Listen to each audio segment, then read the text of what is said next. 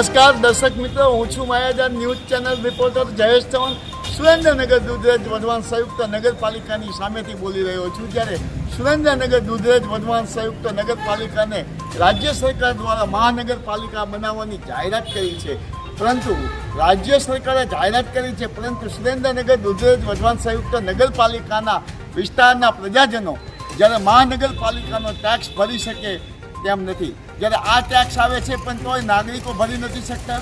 ત્યારે મહાનગરપાલિકા બને ત્યારે ટેક્સમાં ખૂબ વધારો થશે અને પ્રજાની કમરતોડ ટેક્સ આવશે, તો સુરેન્દ્રનગર દુધરેજ વઢવાણ સંયુક્ત નગરપાલિકાના મહાનગરપાલિકાનો ટેક્સ નહીં ભરી શકે।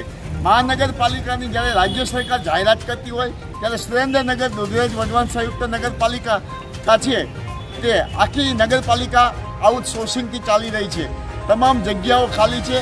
જાણે કે સુરેન્દ્રનગર દુધરેજ વઢવાણ સંયુક્ત નગરપાલિકાની અંદર જ્યારે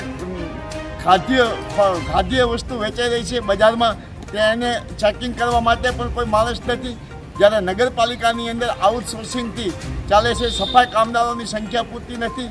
અને બીજી તરફ જ્યારે સુરેન્દ્રનગર દુધરેજ નગરપાલિકાના સંયુક્ત નગરપાલિકાના રોડ રસ્તાઓ સાવ ભંગાર હાલતમાં છે અને જે કામ થયો છે તેમાં મોટા પાયે ખાયકીય ભ્રષ્ટાચાર થયો છે।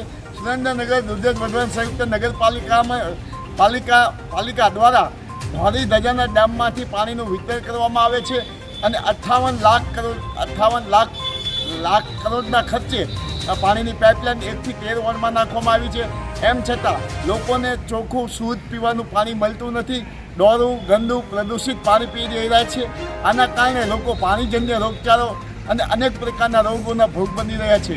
જ્યારે સુરેન્દ્રનગર દુધરેજ નગરપાલિકા